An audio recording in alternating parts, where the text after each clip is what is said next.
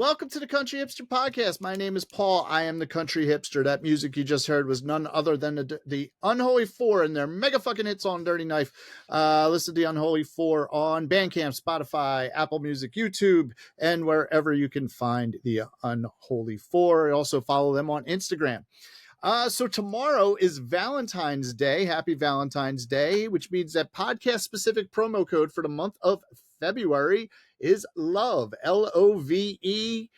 Type that in at the promo code section when you're at checkout at OttsvilleRecordGarage.com, and you can get 15% off of your entire order at OttsvilleRecordGarage.com. So, my co-host tonight, as you guys can see, Adam's not here, and even though this is a Booze and Vinyl episode, Tommy B from New Jersey, Bernhard, the official bartender of the Country Hipster podcast, is also not here. But our good friend from the podcast, good friend of the podcast from the podcast, tonight's beer is, welcome back, Tom. Tom, we're just going to start calling you Beer Tom. Is that okay? That's fine with me. All right, cool. Because we never we have Bob, who's technically our official beer person, but we just call him Bob. So we got Beer Tom, and then we have Bob, and then we have like all these nicknames for everybody, except we stopped giving Adam nicknames. I don't know if anybody's noticed that. So, yeah. Yes. So welcome back. How you doing? Oh, great. Thanks for having me.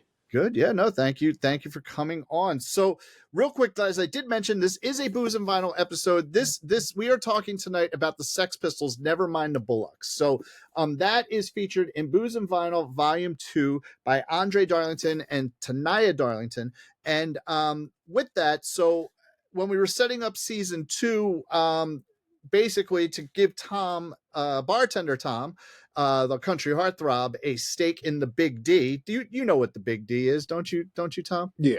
Yes, I've heard that about you. But to give Tom a stake in the Big D, we said, hey, all the Booze and Vinyl stuff we'll do to you. But so the ones that didn't cross over, he picked specific albums out of the Booze and Vinyl books. This one comes out of Booze and Vinyl Volume 2, and it is the Sex Pistols, Never Mind the Bullocks.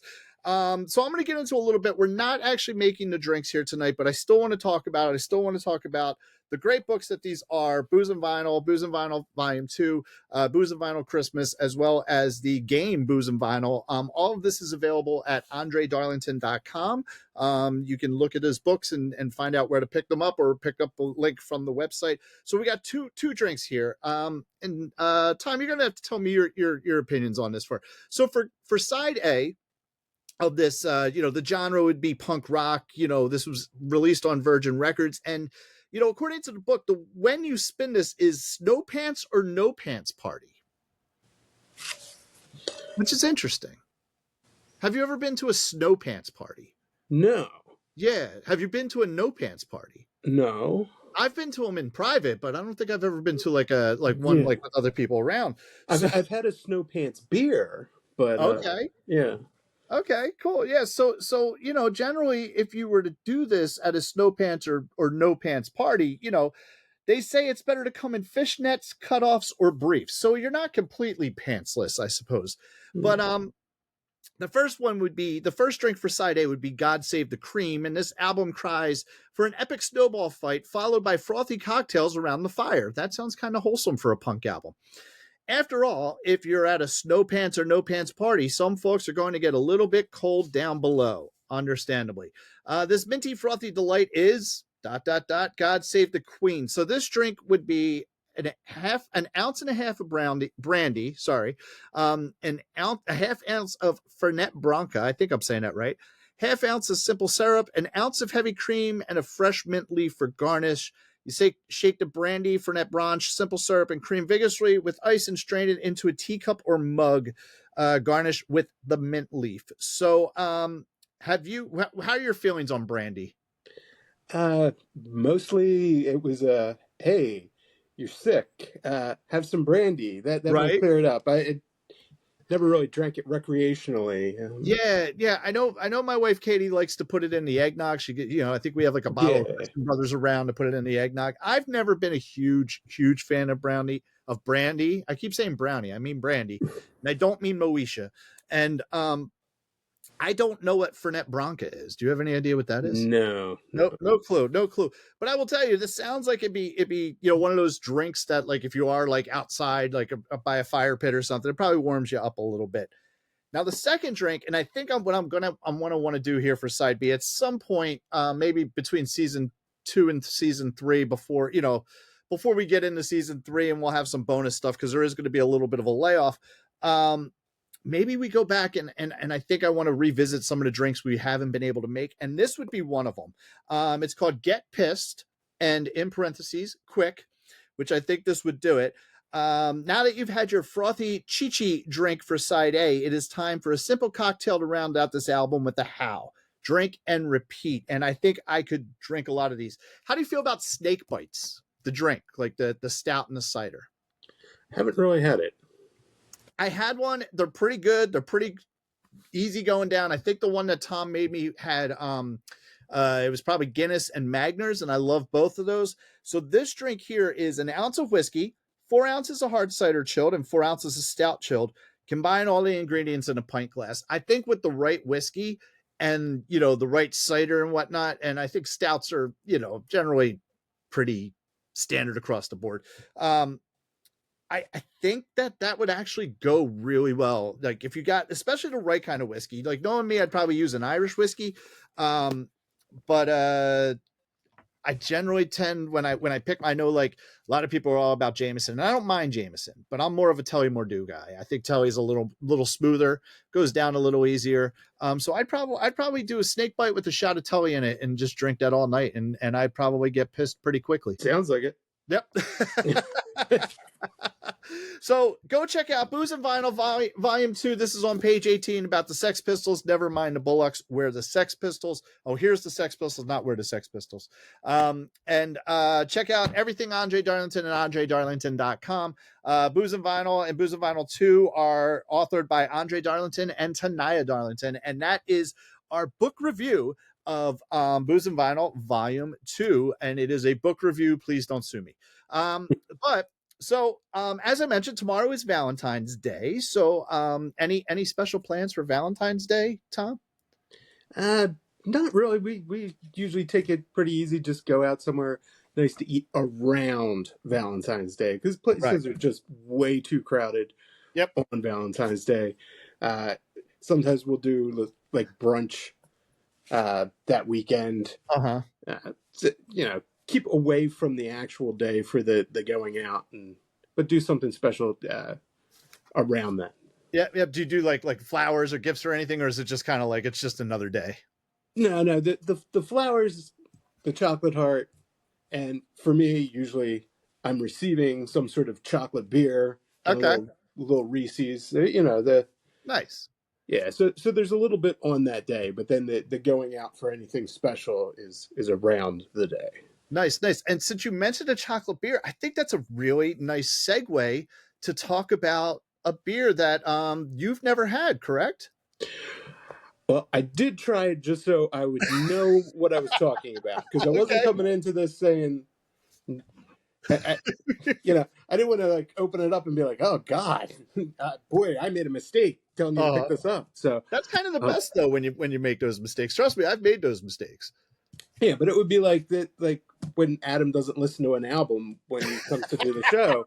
I had to at least do my homework. And, so would you say that Adam did not fully listen to the REM album? Is that what you're kind of hinting at? Well, no, I'm just playing along because I've heard you mention it so many times. I like to keep poking the bear. Yeah. Awesome. So what do we have here? I have one here. I have mine right here. Do you have yours there, sir? Yeah, it's the Samuel Smith's Organic Chocolate Stout. There you go. I was gonna pick something that was a little higher in alcohol content, but I know I don't understand that. If you're a bit of a lightweight when it comes to beer, but you drink these mixed drinks, I don't know. Okay, so I'll say this about the mixed drinks. I don't generally like all of the mixed drinks, but there is a little bit of an oxymoron with the high volume alcohol and the fact that I actually can drink a lot of wine, and wine is generally a higher ABV than most beers, just in general. But I could generally I don't know if it's the way my body processes it. I don't know if it's like generally with wine you get a smaller pour rather than, you know what I mean, like a Yeah. either a what is like a high ABV is usually going to be in a 6 or an 8 ounce glass, right? Usually, depending on the brewery. Um, yeah. Sometimes you'll get the 10 as the Right. large. The large, yeah. If it's something very high, the largest they'll give you is probably around a 10 ounce. Okay. Okay. Yeah, Yeah. because I know that, but it's just I don't know if it's because like you figure a glass of wine is only like maybe like 4 ounces in general, and it's usually when especially the ones that I usually drink are usually between like a 16 and like 19% ABV, like somewhere in that range, Yeah. which is pretty high. Um, so I don't know what it is about the high ABV beers that they don't sit right with me. A lot of them I imagine it's because of how they're aged is what sets me off. I definitely can't do the if if you tell me a beer and even a wine for that matter is like fermented in like a rum barrel or a brandy barrel or even a whiskey barrel, I'm like, I'm out. I probably am Uh, not going to like it. Um, but I do, which again is kind of weird because I do enjoy when it comes to wine, bold, big flavor yeah. profiles of wines. Like my favorite wine is a Malbec, and I've always said I've never met a Malbec I haven't liked, and it's the truth, and that's why like sometimes and there's like some Spanish wines where if I can go to like a specific like if I there and in Spain they make a lot of big bold wines as well, especially with the reds, and it's just like yeah no I can drink them, I can drink them all day, and for when it comes to Italian wines, I do like a Chianti, which is on like a little bit of like a softer side, but you put a Sangiovese in front of me and I'm in heaven, or a Toscana in front of me, and again same thing. I like the Sangiovese a little bit better, but again big flavors, big flavor profiles, and they don't bother me like the bigger higher ABV beers do for some reason. I did not realize it was a beer only situation. Huh. Yeah. It really is. It's funny, but like I can't do shots and shit like that Oh, usually. yeah, Like I I can never. drink some of these mixed drinks because they have like things to cut them down. But no, it's usually just beer with the high ABV. I can't do it. But I am familiar with the Samuel Smith's beers, but I've never had this one. Honestly, one of my favorite breakfast stouts comes from Samuel Smith, Oh, okay. and then Yeah. and then their nut brown. I'm also a big fan of as well. Yeah. And I like their Tatty Porter. Okay. And then they had one that was kind of a special version of that, which I think is actually out right now again. I think they put it out around Christmas. It's like Stingo or something. It's one of those ones where they have the T and the S together, but Okay. it's a special version of their like Tadcaster Porter. I think I saw that when I was picking this up. So the other reason I ended up getting this was because of the beers that you suggested. This is actually the only one I could find. Oh, wow. So I did look for the other ones, and I'm like, nah, they're not here. And I went to a pretty good store. I will say that in Upper Bucks County, there's not a huge selection of craft beer to get a lot of like maybe a little more obscure stuff or just a lot of stuff. So some of the breweries that you had mentioned, they had their beers, but not the specific beers that you had suggested for this. So that was kind of like, damn, you know what I mean? They did have the 2SP, they had some yards and stuff like that, but not the ones that you had mentioned. And this one was an easy find, and that's mainly the reason why we ended up with this more than anything. Yeah. And this kind of fits right in because it's from England, like the Sex Pistols. It's a Uh-huh. chocolate beer right before Valentine's Day. Yes, yes. It's low enough alcohol for you to enjoy. Exactly. So what is the best way to drink this? Should we be doing it in a glass right out of the bottle? What do Um, you prefer when you're drinking? I never have anything right out of the bottle. It's always in a glass. Someone said to me one time, because so much of flavor comes from aroma, they said, "You don't eat your steak through a straw, do you?" Um, Well, only if you have like a shattered jaw, well, maybe, I right, guess. but you want some of the Yeah. aroma from the steak too. Okay. So if you're drinking from there, there's not much of a chance for the aroma to come out of the bottle. So pretty much with something like this, lower alcohol, any kind of glass would do, but me being me, I'm gonna have a Spiegelau stout glass. Okay. I have my Darth Vader glass since Oh, it's okay. darker beer. I figured it was uh pretty fitting. So Yeah. yours is all blub blub blub blub. I like it. Yeah, these Spiegelau glasses, they have the stout glass, they have the IPA glass, they have the barrel aged glass, they have the Okay. wheat beer glass, and with each of them, they teamed up with a brewery or two to make them. This one was Rogue, and I forget who the other one was, but Okay. So, look, now you can really see Darth Vader on my glass there. That's one of oh the things I yes, like about okay. drinking dark I beers. was a little confused when you were saying that was Darth Vader Yeah, before the yeah, beer was in there. yeah. Now it's like, oh yeah, there's Darth Vader. So let me ask you, since you're talking about the different glasses, because I know it can make a difference with wine. Again, I'm much more well versed in wine than I am beer and craft cocktails. So I know a lot of people will pour like a bottle of wine, especially a bottle of wine that's like been aged for a little while. They'll put it in a carafe and then they'll pour it through an aerator before pouring it into the glass. And I know that does change the flavor profile. It changes how the air is flowing over the wine as it's pouring and whatnot. And it can bring out tannins, it can soften tannins. It depends on the wine and depends on what you're using. So you had mentioned there's a bunch of different glasses for different beers. Does that affect the flavor of the beer based on the style with the glass you're drinking it from, or is it just like you do, like it's just a special glass for an IPA or whatever? They do change it. When the IPA glasses first came out, I kind of revisited a bunch of uh, IPAs that I had already talked about and posted pictures about, kind of like to revisit with the new glass. And uh, the IPA glass is kind of like this, and they kind of considered it a hop Okay. cannon almost. So because it's got ridges here, and then it was almost like when you would tip it back, the beer would go on a little waterfall, and the aroma would kick up, Nice. and then Okay. you would get that hit on your nose, so it enhanced the flavors. Plus, most of these, I think the stout glasses, I know the IPA glasses, they have nucleation points at the bottom that are laser etched in there, so that keeps the carbonation going, which keeps the head there, and the bubbles at the top are giving off the aroma to bring you the aroma to make it a stronger flavor. So now you say that the do you need like to like match up your nucleation codes with your second mate to make sure that it's okay to pour and drink, or is it just it's good to go? No, no. But the cool thing about them is they sometimes make them in the shapes. The dogfish head ones used to have the dogfish head logo. That was Oh, what neat. was laser etched in the bottom. And occasionally, in the foam at the top, you would get the outline of the shark in the circle. That's awesome. That's pretty Yeah, awesome. That's pretty awesome. Cool. yeah. So I did take a little sip of this already. So I'll just give you another cheers. Mm. This is nice. This is smooth. Uh,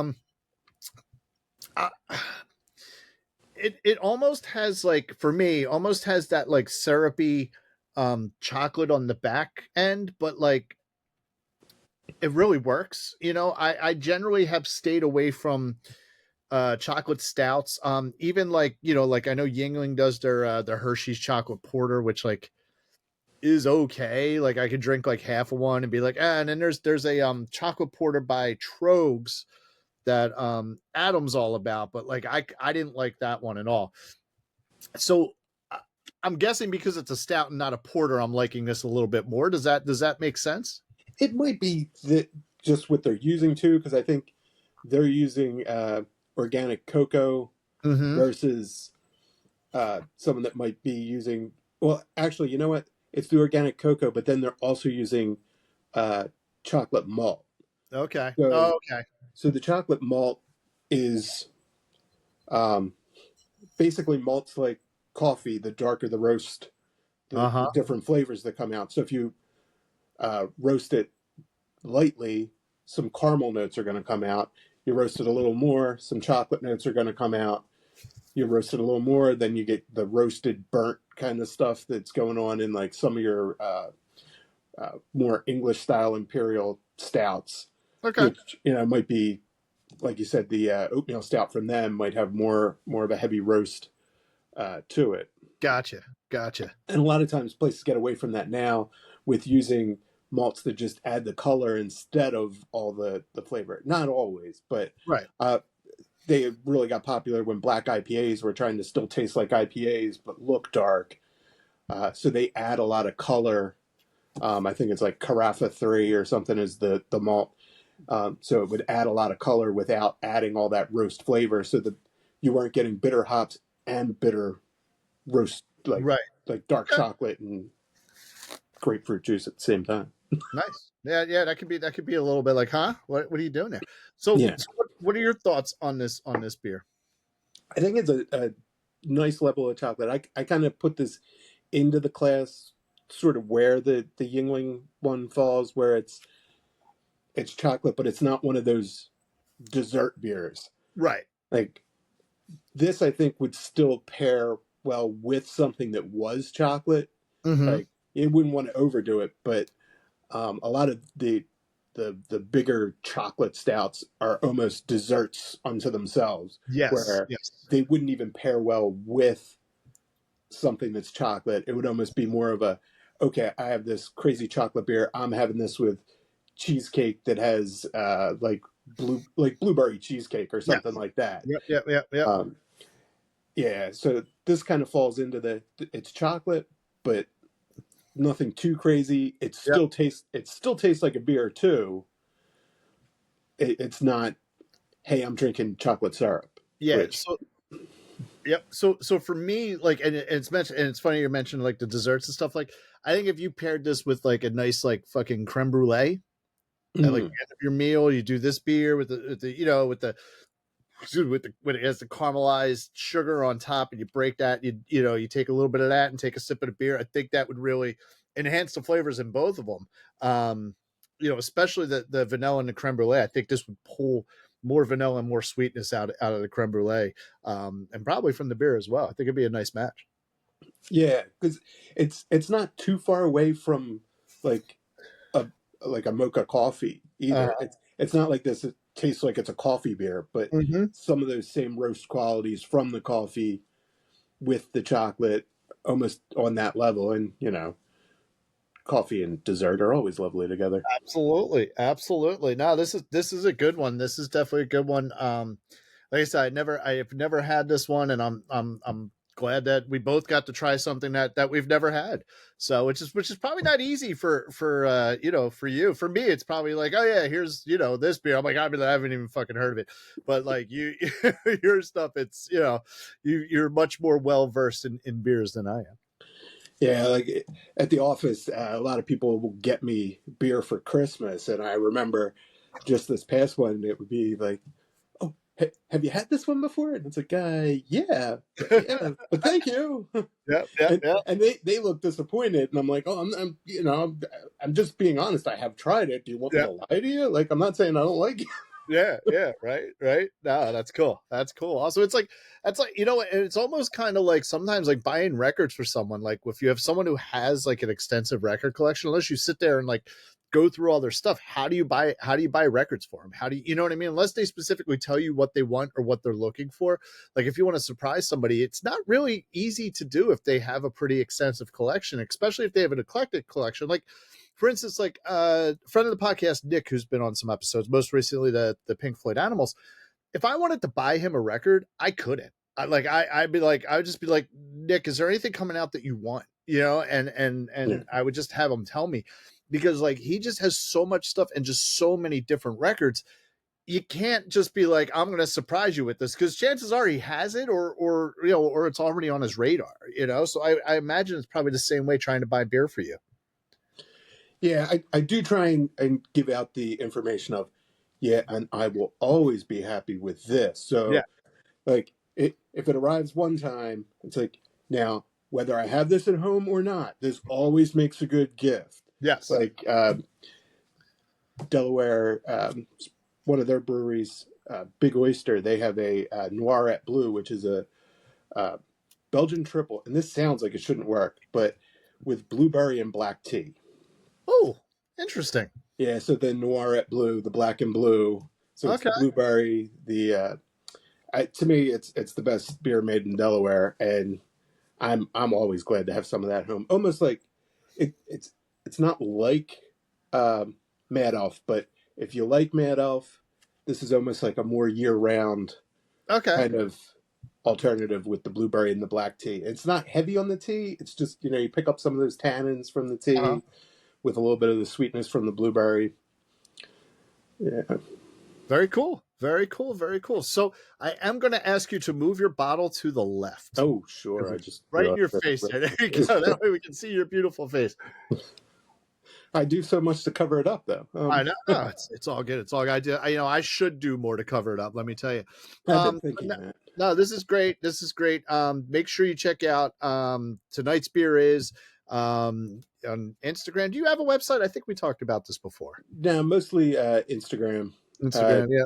I mean, technically, I'm on Threads, but they just make it so hard to use. So, Yep. And Facebook, I'm on there too. I'm on Twitter or X, but I rarely post anything to it anymore. Gotcha. Yep. Yeah. So follow at tonight's beer is, and you can you have you're close to 1,000 episodes, right? Yeah, it's getting close. It's 900 Nice. some. Yeah. Nice. So there's at least 900 some odd different beers that you can learn about that, maybe you're interested in, or maybe you never heard of. Maybe some of them aren't even made anymore. So yeah, and I only do the videos on the ones I really like. So there's plenty more out there where it's just been a static photo with a written review. So nice. It's even more. Very nice. So check that out. But we are going to get into the album we're here to talk about, which is Sex Pistols. Never mind the Bullocks. Here's the Sex Pistols, and I'm going to hit you with the factoids on this album. I got a decent amount. I didn't get too into there was a lot I could have really gotten into and just decided not to. So here's what we're going to do. All right. So this is the only studio album released by English punk rock band the Sex Pistols on October 28th, 1977. In the UK under Virgin Records, and on November 7th, 1977, in the US through Warner Brother Records. By the time of the release, they were already controversial, having cursed on live TV, fired by 2 record labels already, and banned from playing live shows in some parts of Britain. So this is before the album even came out. They were already making a reputation for themselves. Some of the people thought the word Bullocks was offensive, with many record stores refusing to carry it, and some record charts refusing to use the title in print. So when it charted, they would have Sex Pistols in just a black box instead of the name of the album. Despite all of this, it still debuted at #1 on the UK charts and went gold in the UK just a few weeks after its release.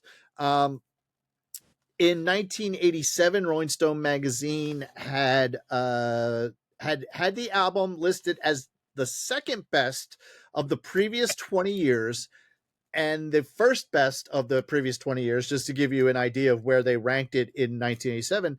The #1 album of the previous 20 years was the Beatles' Sgt. Pepper's, and the #2 album was the Sex Pistols, this album that we're here to talk about. In 2020, it ranked 73 on the Rolling Stone 500 Greatest Albums of All Time, and in 2006 was chosen by Time Magazine as one of the 100 Greatest Albums of All Time. 4 singles released off of this album. They were Anarchy in the UK, God Save the Queen, Pretty Vacant, and Holidays in the Sun. This album charted from 1977 to 1985.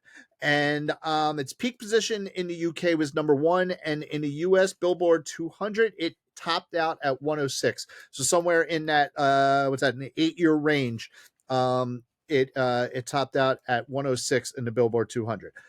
As of March 2019, it was 2 times platinum in the US and 2 times platinum in the UK and 1 time platinum in the US.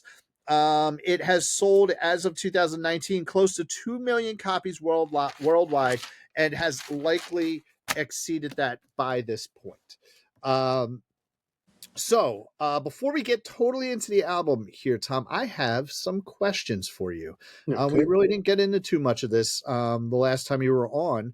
So the first question is like, so of like, I know you're very very eclectic with your music taste. You'd post some stuff that's like very, some of the stuff I'm like, holy shit, really? It's very different. So it just, what would you say would be like your all-time favorite band, artist, or musician? Probably the drive-by truckers. Okay. Yeah, I kind of I got into them. I don't like their. I shouldn't say I don't like their more recent stuff, but there was a period of time where, I mean, from taking the CDs back and forth to work and just listening in the car, it's not like wearing out the CD itself. Although on Decoration Day, I have problems playing that in certain players, but the cases have, they're paper ones, Yeah. have started to get pretty messed up, and I could listen to them all the time. Especially there's a certain window from Southern Rock Opera, which is kind of a concept album about Leonard Skinner, and it's a double disc. Decoration Day, which is when they added Jason Isbell, who at the time was just this basically guitar wonderkind who he wrote a song, and we have to rename the whole album because this song's just so great and we're putting it on there. And it would have been lovely if he could have continued on with the band, but rocky relationship with the bassist and drinking problem. He's clean now, doing wonderful in his solo career. Yeah, yes he is. And the Drive-By Truckers are still putting out great music. And he is, to my understanding, and I could be wrong about this, but I believe his wife plays fiddle with his solo stuff, but then his band backs her up in her solo stuff.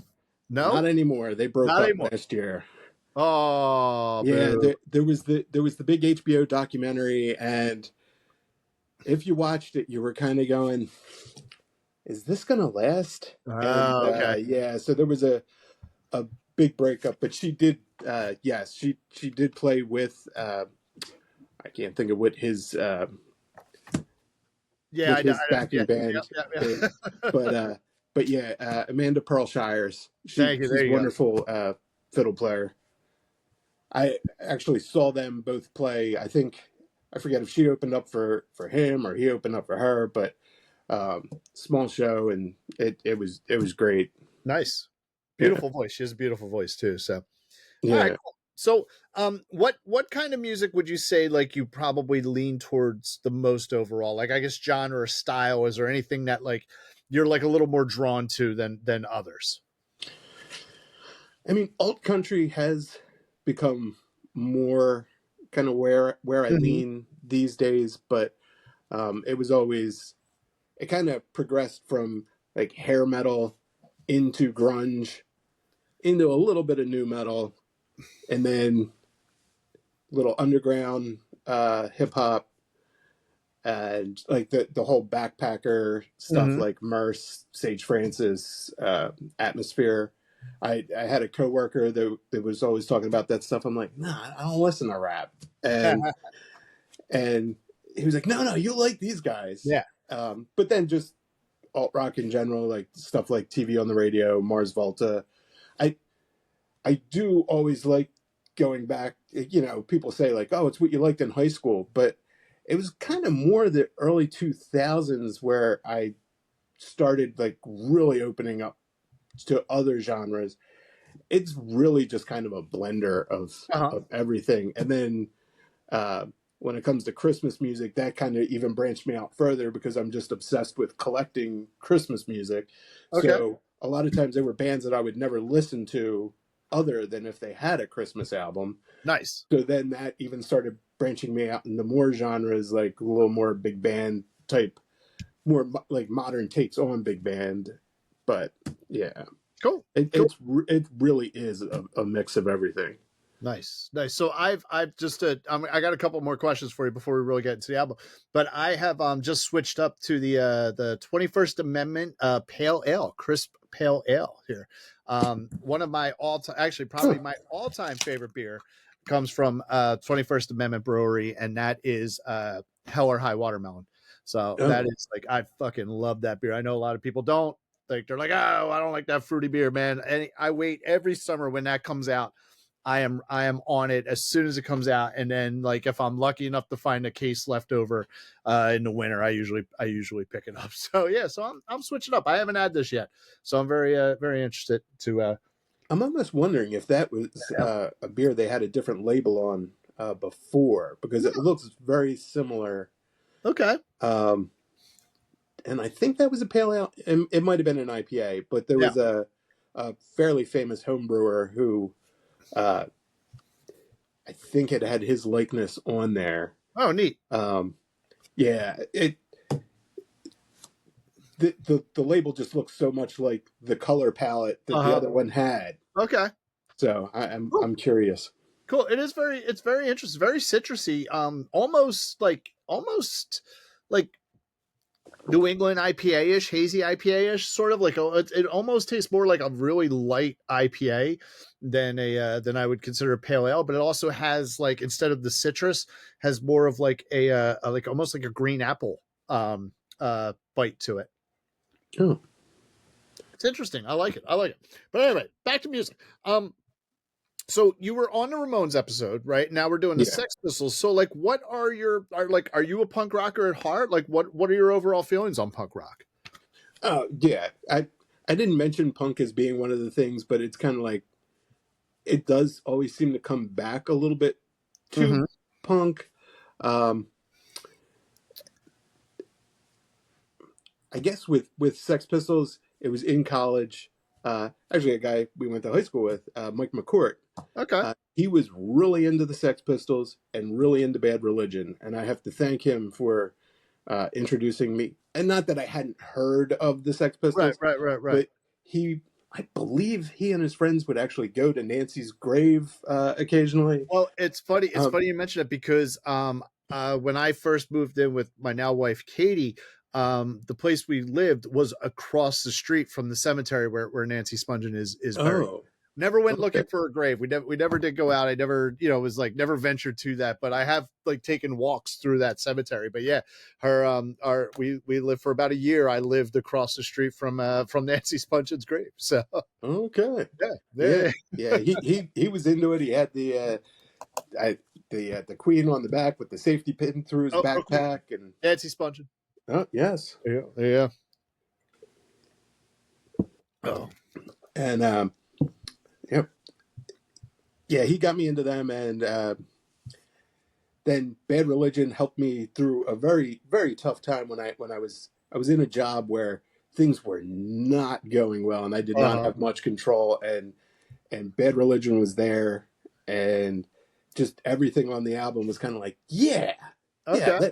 that's great.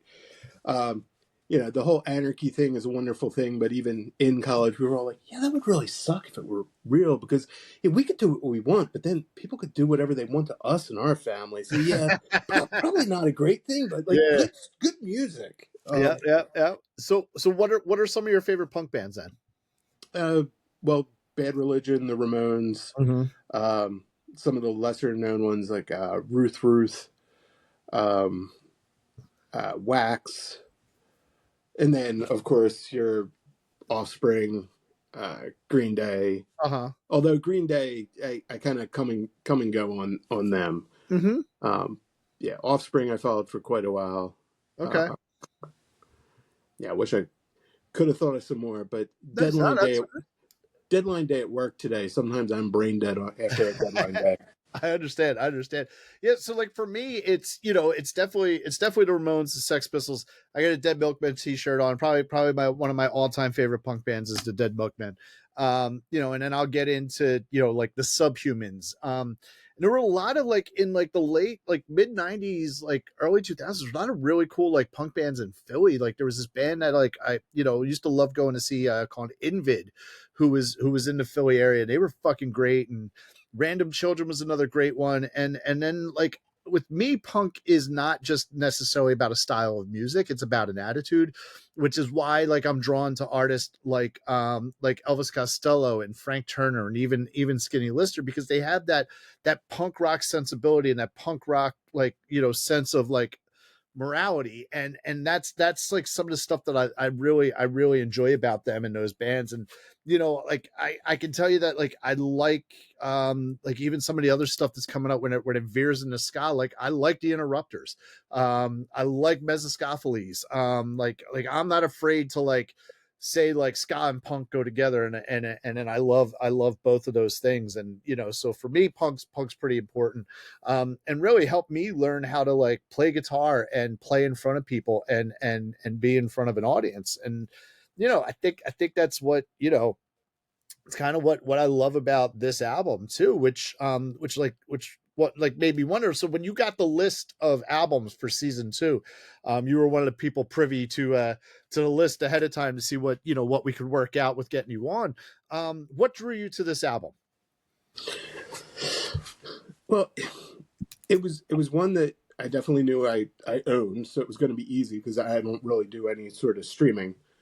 So I knew I had that, and it was an album that I kind of, unlike the Ramones, hadn't really listened to much recently. So Uh-huh. I kind Yep. of looked at it Yep. as being an opportunity to revisit it, because it was such a big deal, because it wasn't just getting the album back then. As I said, Mike McCourt, he had either lent me, I forget if it was the movie or a book, but I was deep diving into them back in college. Nice. So it was kind of surprising listening to it now, going like, the first time around, I was like, did I really listen to this much? I mean, this sounds familiar. And then when I was starting to read some of this, I was like, oh, wait, I remember that. Oh, God, yeah. And this, and even other things started popping up where it was like, before I even read about it, like, wait, wasn't there something about this? I mean, it's kind of getting away from your original question, but, well, the original thing is I wanted to revisit it, and I'm glad I revisited it because it really woke up a lot of memories. Well, and that was the thing with me when you know, when I was getting ready to listen to this week, you know, I started to like, because I also haven't listened to this album probably in 20 years, like easily probably 20 years since I've really like listened to this album. And I was like thinking to myself, like, is this something that like 14-year-old Paul really liked, but isn't going to hold up the 48-year-old Paul, you know what I mean? And I was like, fuck, what am I getting into here? Because I know as a kid, like I was all about it. Like I had it on CD. I was all about going out and getting it and like listening to it all the time and being punk rock and like, yeah, I'm gonna fucking fight somebody. And I can tell you, 48-year-old Paul has a resounding yes that I still love this fucking album. It is so good. It just brought back so many memories and just like made me feel so good listening to it. Just like as soon as like Holiday in the Sun like kicks in, it was just like, oh man, the adrenaline just started flowing for me again. So yep. Yeah, yeah. For me, it took maybe two or three listens. You know, the first time I was just kind of getting ready for work and had it playing in the background, and I was like, I thought I knew more of this album, and I can't really. And then when I started listening to it on a drive where I was a little more focused or less distracted by getting ready for other things, you know, I was paying attention to the music instead of the road. Um, I had it came back. Yep. And Yep. each listen, I was kind of like, wow, yeah, I do still like this. Yep. Oh yeah. No, this album definitely like it made me just like, you know, like I'm listening to it. I'm like, man, I want to get into a pit right now, which is a horrible fucking idea for me, at this point in my life. Have you been in a pit lately? No, No, no, not for man. quite a while. I think the last time I like got into a pit was it was funny. It was actually my second date with Katie, and it was at the Fillmore. And we were, new relationship, and like I wanted to impress my new girlfriend and all this kind of stuff. So it was the Interrupters, and it was a friend of the podcast, Skinny Lister, opened up for him at the Fillmore, and I'm dancing, I'm getting in the pit, and at one point I turned to her, I was like, I want to go up, hold my glasses. She was like, okay. So she held my glasses. I found some like big fucking guy in the pit, and I tap him on the shoulder, and he looks down at me. He's like, yeah. I'm like, hey man, I want to go up. And he looked at me, he's like, really? And I was like, yeah, man, I want to go up. And he's like, all right. So he put his hands out, and I put my foot in his hand, and like, you ready? I'm like, I'm ready. And he just fucking threw me. And I'm like, yeah. And so like I land, and people are like, whatever, and they're tossing me around. And I don't know. I I don't know if the singer of the Interrupters, Amy, saw me on stage, like, coming up, saw me on stage, and then went like, look at that fucking old guy, fucking like crowd surfing right now. Or if she just happened to be like coming down and walking across this point, because like, at the Fillmore, when you get to a certain point, security will grab you, they'll pull you in front, like right in the barrier, and tell you to go back around the side, like whatever. So right as they pull me up and pull me down past the barrier, and they're telling me to go back around to the other side, Amy, the singer of the Interrupters, comes around and just gives me a fucking couple pats on the back and smiles and just keeps going on her way. So like, I don't know if it was like a good for you, old man, or if it was like, we just happened to be in the same place, same time. So I'm going to say it's not because I'm old. I'm going to say, same place, same time. But I will tell you that the next day my body may not have liked me. And this was a few years ago. So now I just tend to just stand in the back and find a spot, to enjoy the show at, Yeah, I'm usually looking for balcony type situations when Yep. I'm at some place. Yep. That's what me and Kay, when we went to see, also best fucking friend of the podcast, Frank Turner, when we went to see him back in June of last year. Katie was also pregnant at the time, like about like 6 weeks pregnant or so. And we get there, and she's like, let's see what's up with the balcony. So we ended up paying like extra money so we could sit up in the balcony. It was great. We had like a private bathroom. There was a bar nearby that like wasn't very crowded. And we're just sitting on like, fairly comfortable chairs and just chilling. Great view of the stage, great view of Frank Turner and the other band. So we're like, all right, cool. This is good. And I think that's kind of where I am right now in my concert going life as well. So probably no more stage diving or crowd surfing for me anytime soon. So, but this album definitely brings me back. It brings me back to that, and back to that feeling of just like, being young, irreverent, and ready to take on everything and anything with the fuck you attitude, no matter what it was, whether it was right or wrong at the time. I was just ready to take it on. And this album made me like want to do that again, and it's funny because I do not currently have this in my current vinyl collection, but I'm 100% going to be adding it. Gotcha. Yeah. And see, on that first listen, I was wondering, I was thinking, is this one of those CDs I picked up just because I felt like I needed it in the collection? Yep. And then, as I said, I don't mean to repeat, but by about the third listen, I knew, no, I bought this because I liked it. And it is funny. There are albums that I have the same thing going on. It's like, for one, like Dark Side of the Moon, right? Like I am a Pink Floyd fan. If you go back to Animals, you'll hear me say that Dark Side is my favorite of the big three Pink Floyd albums. But like when I got Dark Side, it wasn't necessarily because I was really listening to Pink Floyd at the time. It's just kind of like I was like, oh, I think I should probably have Dark Side of the Moon in my collection. And so then I got it, and then the one day I actually sat there and really listened to it, and that's when I really like, after getting it on vinyl, because I thought it was something that should be in my collection, which it should be in anybody's vinyl collection. Having it was just like, oh, okay, no, I get this. And another album that happened to me with was Miles Davis Kind of Blue, which I'm not a big jazz guy. I mean, I've always respected Miles Davis for what he's done to music in general, as well as the specific genre of jazz. But I'm not a big jazz guy. And then what happened was Mobile Fidelity had re-released or reissued another group of uh, Kind of Blue on 2 disc, 180 gram, 45 RPM, really nice pressing of it. And it ended up like I had ordered a bunch, I got them in, I sold through a bunch, but I still had a few left. And I'm like, you know what? I should probably have this in my collection. So I decided to keep one. I didn't listen to it for a good like 6 months to a year. And then the one night I'm just sitting there and like I'm just like, you know what, I haven't opened that up yet. Let me pop it over. It's just like the kind of like the perfect night for it. And I put it on and I just sat there and was just fucking blown away. And that's another one of those albums like you said, like, do I have this because it should be in my collection, or do I have it because I like it? And I've found, at least in those two scenarios, the albums that I thought should be in my collection, I also fucking love. Yeah. So there is something to that, and I think there's something to, as much as I steer away from like pop music and things that people say are popular just because it's popular, aka Led Zeppelin and the Beatles.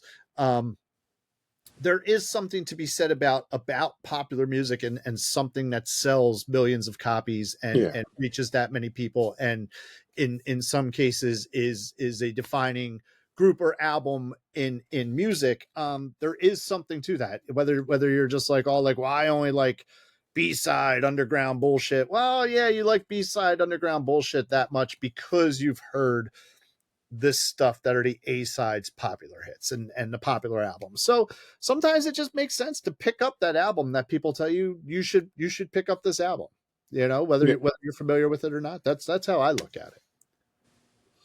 And now it's so easy to hear samples of Yep. things that you never could before. Yep. A lot of times my choices in music were based on reading a review in Entertainment Weekly, not hearing any of it.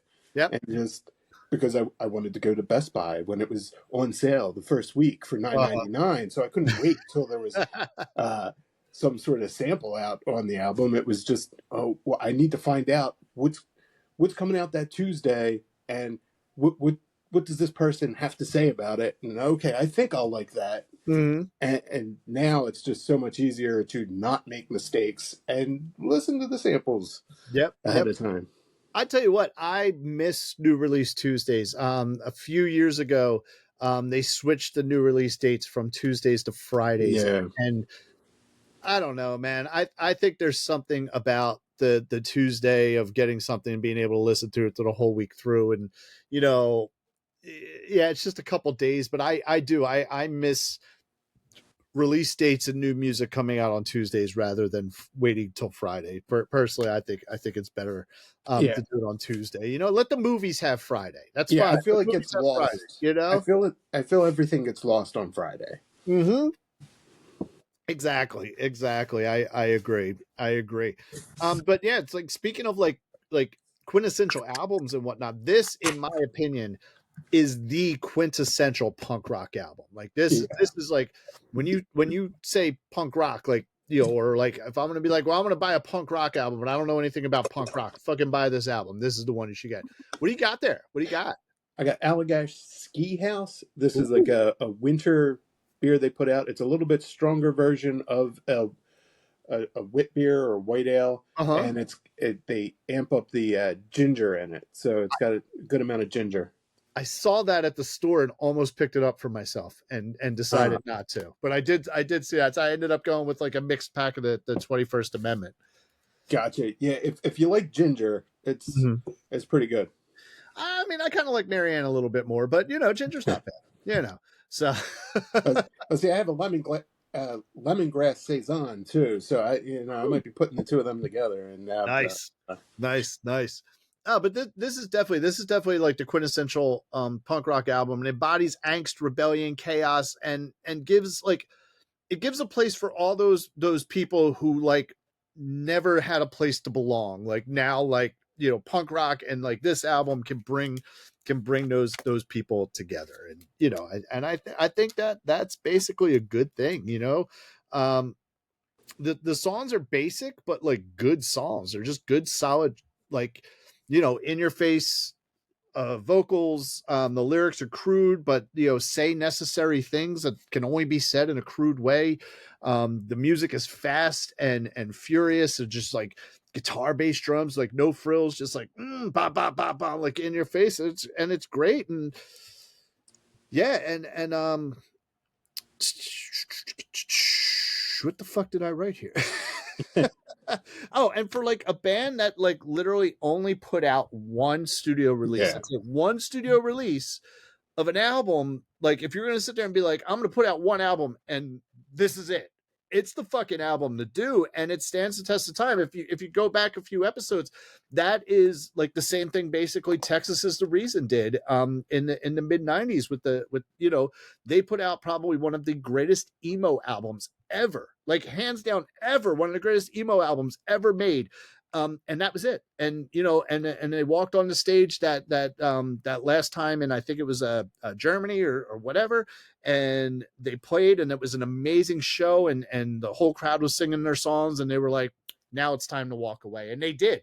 And I don't think it was quite that poetic with the Sex Pistols. I'm sure it had to do with drugs and alcohol and infighting, because because one of the things I did find out doing research on the album is that like the original bass player who wrote all but two, or co-wrote all but two of the songs, only plays on one song on the album, because he quit the band very early on in the process, and then Sid Vicious came on and couldn't really play bass. Yeah. So the guitarist is the one who actually plays bass on most of the album. But I think Sid did get writing credits on two of the tracks. Yeah, I think Sid's bass is on two of the recordings, but there's a second, at least on Bodies, of the guitarist doing the bass track, and they turned Sid's down almost to where you couldn't hear it. Right. Yeah. So it's like he's on one real track and the other one where he's sort of on it. Yep. So I saw they actually tried to get the one who wrote it to play the bass tracks for the album, and he said, only if I get paid up front. And they said sure, and when he didn't get the payment, that's when they had to go with the backup plan. Okay. With Cook playing. Okay, yeah, makes sense. I guess he didn't trust him. Yeah, Sid, and of course, Sid Vicious is a bit problematic. He's a problem. Sorry. Yes, he is a problem. Exactly. There you go. But hey, what are you gonna do? I forget.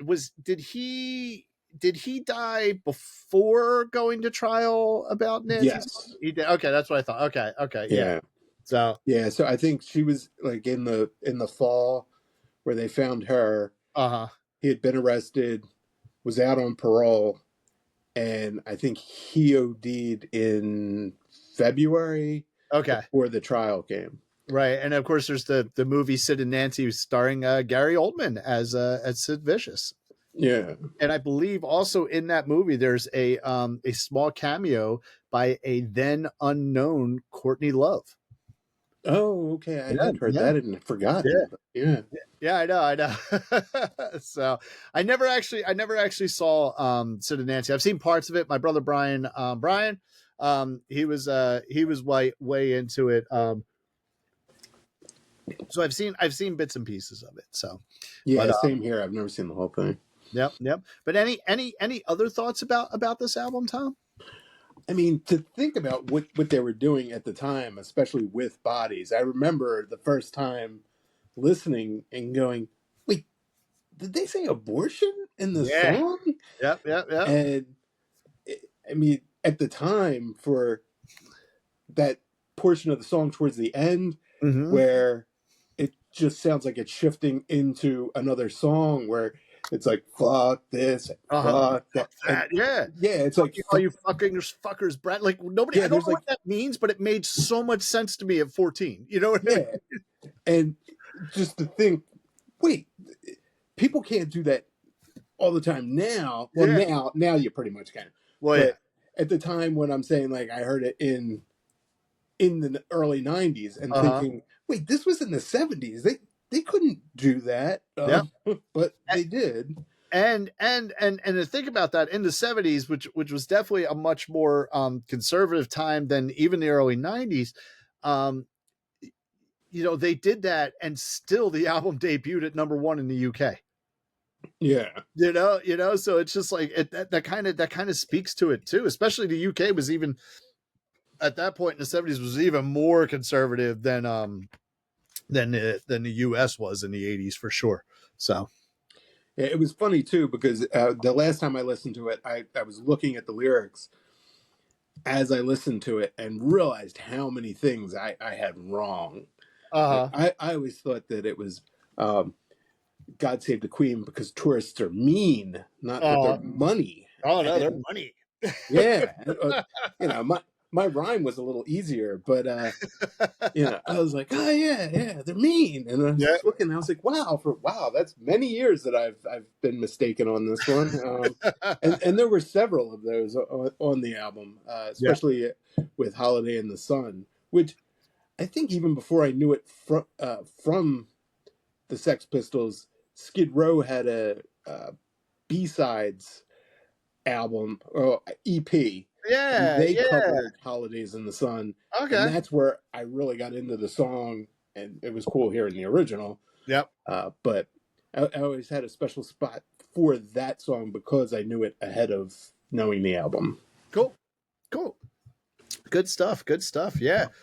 I mean, overall, I love this album. I think it's a great album. I'm really glad that Tom picked it from the Booze and Vinyl. I am going to go back and do that snake bite with the shot of whiskey in there one of these days. I think that'll be fun. Definitely going to do that during the layover between the two seasons. Maybe I'll film that and put that on there. But yeah, I love this album. It seems like you love this album. Yeah. Well, Tom, you and I are both peons compared to the sweet baby angel and her little brother or sister, which, because as I mentioned before, I now have I have a newborn now too, but we're filming it before the newborn is actually born. So I don't actually know if if I have. I was wondering how we were going to handle that. Yes, I don't actually know if I have another little boy or another girl, because me and Katie aren't finding out until she actually pops out the baby. But we do know that Regina is upstairs, and unfortunately, I did not get a chance to play this for Regina. Not sure how she would have reacted to it, but I just know I did not get a chance to play it for her, so I do feel bad about not doing that. So that brings Tom to 5 likes and 2 indifferent. So this is going down as an indifferent when she doesn't get a chance to listen to it. We just put it as an indifferent. So 5 likes, 2 indifference for Tom. I am at 8 likes, 1 dislike, and 1 indifferent. Adam is at 6 likes, 2 dislikes, and 1 indifferent. And the listeners are at 5 likes, 1 dislike, and 3 indifference. Tom, do you have a top 3 songs or more on this album? Yeah, I do. This one's a lot easier, not having the 30-some songs to pick from on the Ramones. And pretty much it's 3 of the 4 singles. Okay. I mean, I don't know particularly which order. Just, well, Anarchy in the UK, just because that's like It's a great anthem. Yeah, it's what you think of when you think of punk rock. Yes. Anarchy, and they just did so much to where it's like the Ramones sort of created the genre. It's kind of like the Sex Pistols gave it its look and its attitude. Yes. Because good way to put it. Yeah, with the Ramones, they definitely did not look like punk rocker. Mm-hmm. I mean, it was punk, but not what the not that anyone in the Sex Pistols had a mohawk, but the mohawks came out of the spiky hair. And let's face it, the Ramones looked like Lenny and Squiggy, and the Sex Pistols looked like punk rock. Yeah, I think it's like the best way to put it. So, but anyway, yeah, go on. And part of the way they were dressing was because of their manager owning the fashion shop, who was trying to like switch to like the third different type of clothing he was selling, which was kind of like going into the S&M, what they were calling anti-fashion, which was why they had like the leather and everything. Yep. But Anarchy in the UK, God Save the Queen, even though I was singing wrong lyrics for many years, and because of the knowing the song ahead of time with Skid Row, Holidays in the Sun, and then uh, maybe an honorable mention to Pretty Vacant. Just I love that whole any type of song that does that whole, hey, we're saying this, and then that little twist where it's like we're pretty Uh-huh. vacant, and you know it, I do like the with EMI. I won't put it into one of my things where that song is just like that big middle finger to the record company, and you get the lovely backing vocals compared to anything else on there with the EMI. Yeah, yeah. It's just a lovely thing. Yeah. It's So, very, but very, very like I think like Black Flag did a lot of like stuff similar to that throughout like their thing, which kind of harkens back specifically to EMI. oh, okay.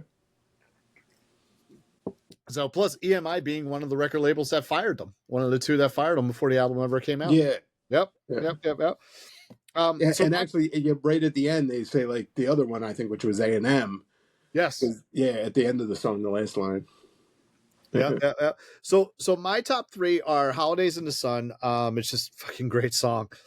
Followed right by Bodies, man. And like I said, that like, you know, that those lines of like, fuck this, fuck that, you know, like I mean, that spoke to angsty, you know, 14-year-old Paul, like, yeah, man, fuck these fuckers and fuck you and fuck everything. And that just, you know, that definitely, that part of it definitely like spoke to me and really like hit me. And to this point, I still kind of live my life that way. Like, fuck it, fuck you, fuck beauty, fuck everybody. Like, I don't give a shit. I'm just going to do my thing. And then my number three would be EMI. I do like that song overall, and I have an honorable mention to 17. Oh. So, yeah. So, do you have a least favorite? I think New York.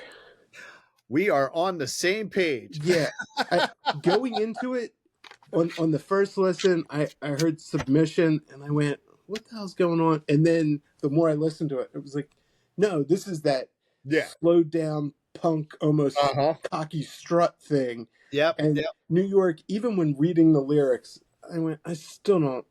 Yeah, no. Yeah. New York for me it's not a bad song. It's just it's just like if I'm listening to this album, I'm probably skipping New York. Like I did a couple times while listening to this album. Oh my God, I'm skipping this one. You know, and that's because it was kind of it was difficult for me to because I kind of went through the same thing. I'm like, well, I don't think I like this one, and then like let me take another listen. I listened to it. I'm like, no, I do like this one, and it just came back to New York for me. It's like, I could do without New York. If you took New York off of this album, you still have you know it doesn't take away from the album. Yeah. Yep. So, one of the things we're doing here is, as you know, is about the big D, is the Discogs values, and our ongoing contest that is between four people now, three people and all the listeners. So four categories of groups here. But of course, Tom, you know, this being a Booze and Vinyl, and you know him not being, you know, a part of stuff from his collection. Part of the rules, what we're doing with the we're doing this with the listeners as well.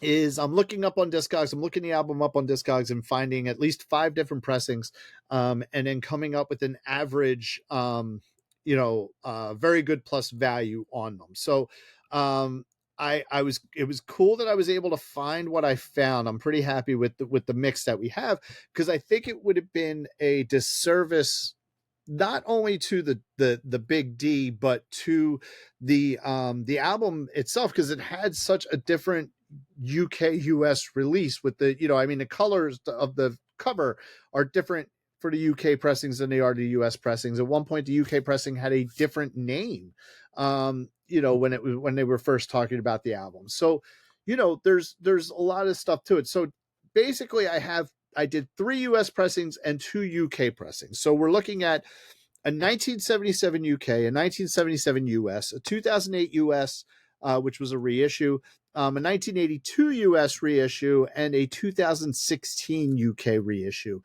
And these prices for Very Good Plus range from as low as $17 to as much as $145. That $145 one being if you have a 1977 UK pressing of this album in there, the Discogs Very Good Plus value is at $145 on it. The $17 being the 2008 US pressing. So with those 5 pressings in mind, the Very Good Plus average Very Good Plus value on this album comes to $67. So in our totals, that brings Tom to $511 with still 3 albums to go. I am done with my albums and I'm at $823 and in the lead. In second is the listeners with $571, and they have 1 album to go. And Adam is bringing up the rear. He only has 1 album to go, and he's at $522. And I'm going to guess that Adam's not going to beat the listeners. That's going to be my guess. I don't know for sure. I think he's definitely going to lose to Tom. I'm a little worried about Tom, like really cutting into my lead, especially yeah, we got some like, if he has more albums that have like $145 values, I might be in trouble there. You know what I mean? Yeah. Yep. So before we pull the next week's episode from the box of Mike, do you have anything you wanted to add to this? Yeah, I thought I put it on the notes, but I'm pretty sure it's No Feeling. I was very much surprised that I think it's the intro, well, just the opening of No Feeling almost sounds like the MTV Man on the Moon intro, where it was like, I kept listening to them side by side. Both have a distortion in the beginning. The Man on the Moon one is more of a rocket thing versus this being more of a static thing. Nice. But I kept listening to them because I went, wait, was this MTV News? And I listened to that. I was like, no, that wasn't that. Yeah. MTV. And I was like, it's not that, but it's almost that. So another thing, it inspired, I'm assuming it inspired you would think, yes. the writer of the Man in the Moon song for the MTV theme. And MTV had such a big part of music for a while until they stopped playing music. Yeah, I mean, when you think about it, MTV was basically the punk rock of the music industry at the time, doing something completely different. It was all radio. And then MTV came on, and video killed the radio star. Yeah.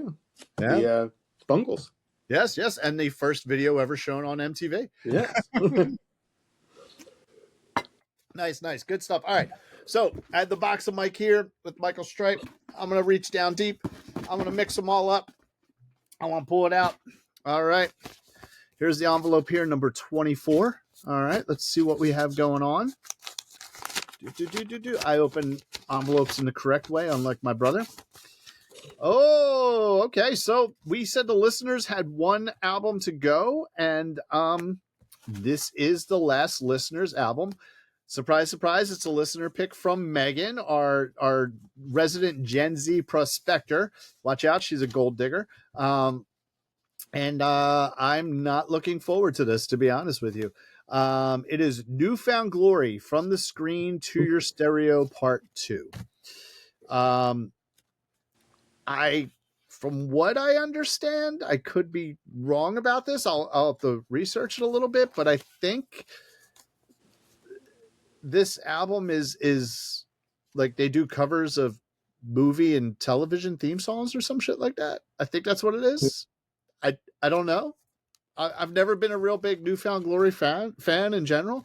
But it's a listener pick, so we're going to do it. So with that in mind, if the listeners have stuff they want us to cover in season 3, drop it in the comments on Spotify and YouTube and tell us what you want us to cover in season 3, and we will do it. This is our 10th and final listener album of season 2, and I'll be honest with you, we haven't fully figured out the format for season 3 yet, but I will tell you that if it is listener picks eccentric, so if we end up with like 20 listener picks, we're going to do 20 listener picks. So the more listener picks we have, the more listener picks we're going to do for season 3. That I can guarantee. Beyond that, I don't know how we're going to work it out, but no, I kind of like the idea of getting more listener picks, even if it's bands that I don't particularly like or albums I'm not familiar with. So this should be interesting. And knowing Megan, she'll be able to make her way into the Ottsville Record Garage for this as well. But yeah, I don't know if I'm excited about this. Are you familiar with this album at all? No, but I do have a question now. Yes. As a friend of the podcast, Uh-huh. Am I still a listener or no? If you have a listener pick, you drop it in the comments and we will do it because here's what's happened is that we don't have a whole lot of listeners. So Tom, the official bartender, before he was technically the bartender, he had a listener pick that we've done this season. Kristen's done some random record episodes. She we will eventually do her listener pick in season 3. I will do that. She did have one for season 2, but we were doing like 10, 10, and 10. I was like, oh, well, we're going to take Belle and Sebastian off because we don't want to listen to it. And that would be an 11th album.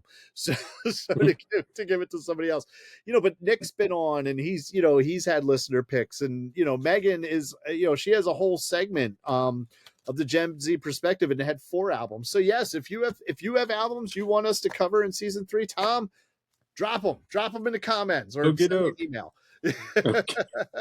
I'll probably just comment on Instagram. No. There you go. Yeah, you can DM us on Instagram at the Country Hipster Podcast, or drop the comments on YouTube or Spotify, and we'll see them and we'll add them. I think we're already. Hold on, let me see where we're at right now. We are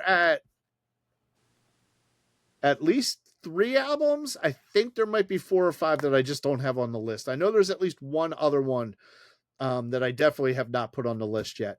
So I think we're probably 4 or 5 albums for listener picks. Definitely 3 for sure, and a 4th one that I know I just didn't add to the list yet. But yeah, man, let me know what they are, or the listeners out there, please let us know what you want us to cover, and we will definitely do it. And as far as following you, Tom, it's just everything is like Tonight's Beer is, right? Yep. Facebook, Instagram, and if anything else new comes out in between the recording and when this airs. Yeah. There you go. What was the one, Blue Sky, that they were trying to do after the election? Something like that. Yeah. I do keep thinking about getting on there. Mm-hmm. And actually, who knows? I may have already. There you go. We're in a time machine. There you go. So thank you so much for coming on. Thank you for talking about this album. Thanks for having me. This will probably be it for you for season 2. I'm going to guess, because we're pretty close to the end, man. We're on episode 20 something. What episode are we on? Because we have a very, very, very big episode coming up to end season 3. So we are currently, my paperwork is horrible. So this is episode 32. Jesus Christ, this is episode 32. But overall, between season 1 and season 2, this is our 96th episode of the Country Hipster Podcast, and it just so happens we're ending season 2 with our 100th episode. So that's very exciting. So I don't think we're gonna get you back in those next 4, unfortunately, but you will definitely be back for season 3, and especially if you throw some listener picks in there, we will make sure that we do those and have you on for them as well. Sounds great. See, I almost wore my Phillies with opening. I shouldn't say opening day. With training camp starting now, I almost wore my Phillies Santa Claus hat to make a pitch for next year's Christmas show.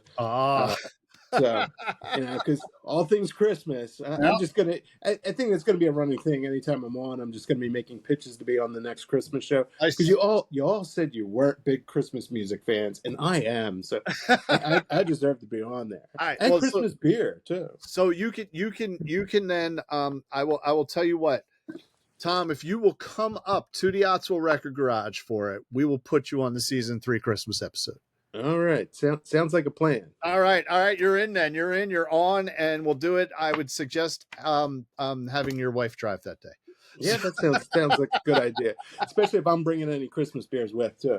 There you go. Because that's where I really get into the high octane stuff. Nice.